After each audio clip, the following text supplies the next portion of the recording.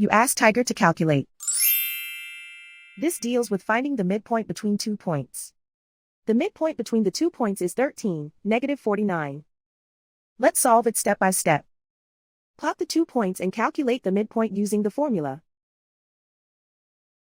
The coordinates of point 1 are, x1 equals -66, y1 equals -73. The coordinates of point 2 are, x2 equals 92, y2 equals -25. PM represents the midpoint of the 2 points.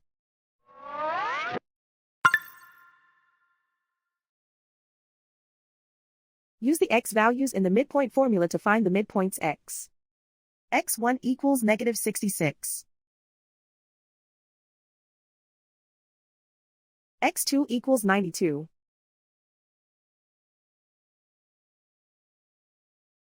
Simplify the arithmetic.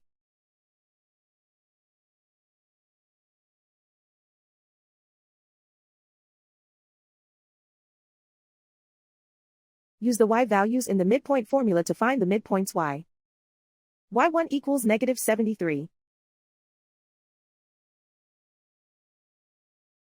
y2 equals -25. Simplify the arithmetic.